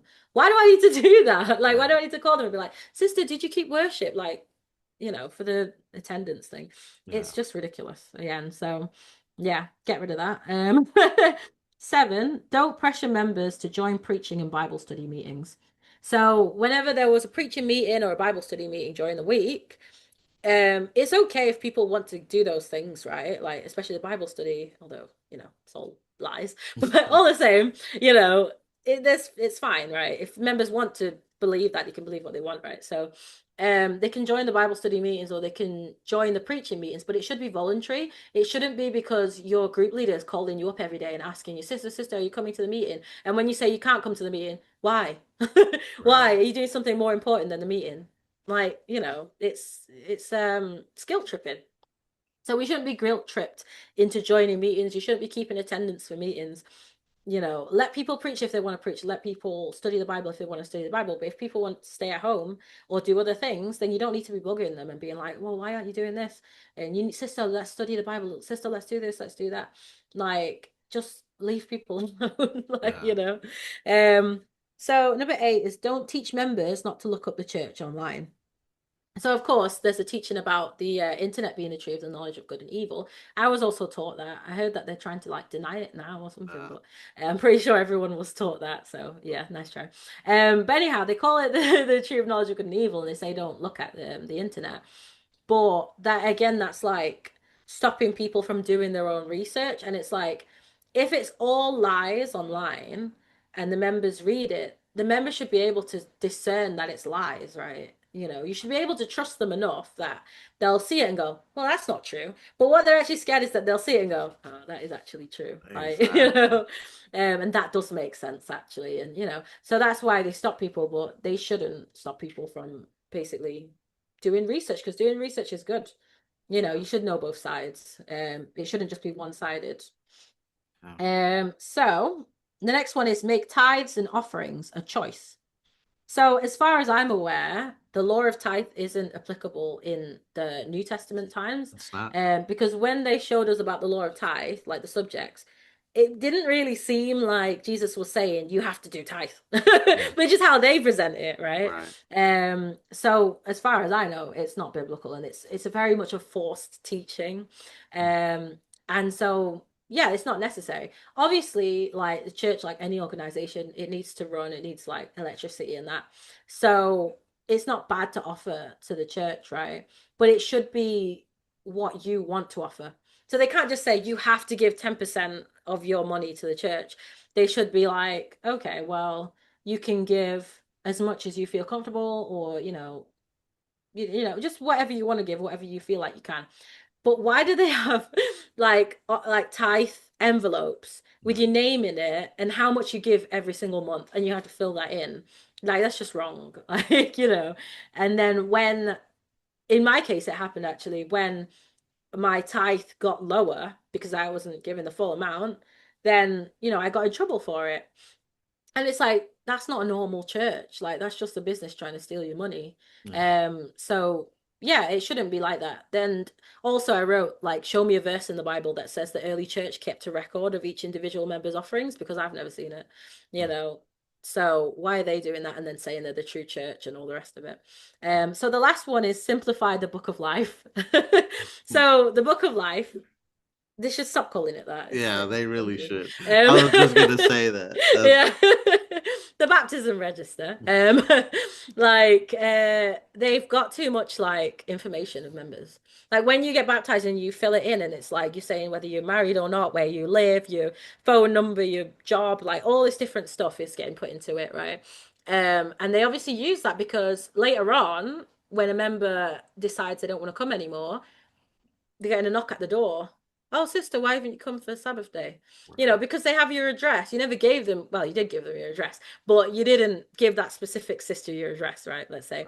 But then they've gone to the church and asked for your address, and that's just not right. If they're going to have those details, they shouldn't be sharing it with other members, at least. They should be keeping that secure, and they don't need it. Like, it just doesn't make sense. Let's say, okay, you've got all your information for the book of life. Allegedly, it is so that it's written in the book of life in heaven, right? So let's say you go to heaven, right?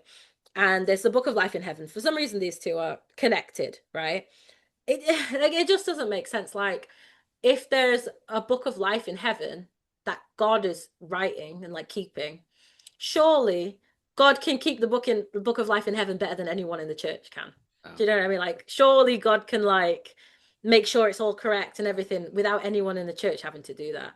So it doesn't make sense. And let's say that you do go to heaven, or you go to the gates of heaven or whatever, and they're asking you, what's your name? Like, is it in the book of life? They're gonna ask you your name, your address, all this stuff, or they're just gonna ask you your name. And then there's gonna be multiple people with the same name anyway. So it's silly. To say that you need that to go to heaven, it's just no, it's not. Yeah. And it's, again, I don't want to get too theological, in the interview, Fine by but me. when it comes to like the book of life, that's the Bible doesn't go into depth and explain, how the World Mission Society try to explain the book of life. They make it a whole study, that this book of life is like your name needs to be written in it, and it'll be, open at the last day, and if your name was not written in the World Mission Society, it's surely not going to appear in the book of life in heaven. And that couldn't be further from the truth. The Bible Mm, doesn't talk about a physical book of life like that, where your name is physically recorded on, on the earth, as mm, that is the book that's going to be in heaven. That's not what the Bible talks about, you know what I mean? And so the Bible tells you that the only way to the Father is not through the book of life, it's through Jesus Christ, right? And so mm, again, it's just they have to make these type of doctrines to make the church feel like they're the only ones that are doing this, and they're mm. basically one upping every other church, when in reality, that has nothing to do with the gospel, or if you're saved or not, you know what I mean? And I just think Yeah. it's a crock, you know what I mean, like that. Yeah. Just like everything else in the church, like it's just a sham, you know what I mean? And Also, to it's fear mongering as well. yeah, Like when they teach about the Book of Life and they say, it gets dimmer and dimmer and all this, right? When you don't keep yeah, the Sabbath, and then it can be erased and then it can never be written again and blah blah blah.